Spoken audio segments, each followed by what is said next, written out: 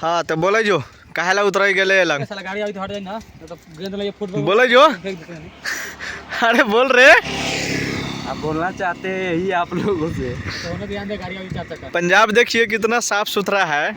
यहाँ पे देख सकते हो कितना ज़्यादा साफ सुथरा दिख रहा है, इसलिए आई लव यू पंजाब। 7 बजे आया हूँ, उठाऊ 6 बजे, लेकिन 7 बजे आया हूँ मेहंदी लगा के। समझे क्या करें, मजबूरी है। अभी जाएंगे क्लिप बनाएंगे, उसके बाद 6 बजे रूम पर जाएंगे, बर्तन धोएंगे, खाना बनाएंगे। और कुछ नहीं रखा है भाई, पैसा कमाओ तब जिंदगी अच्छा है, वरना कुछ भी नहीं है जिंदगी में। भाई ये वीडियो सौरभ जोशी लंग जरूर टैग कर देना भाई, उसका छोटा भाई है। देखिए चलो लाइक सब्सक्राइब कर लेना और देख लो पंजाब कितना साफ सुथरा है, यहाँ पे मस्त है एकदम व्यू। वो देखो मेरा ठेकेदार उधर। नहीं नहीं नहीं नहीं नहीं नहीं रहने दो। और इधर हम लोग भी हूँ, देख सकते हो। देखिए अभी है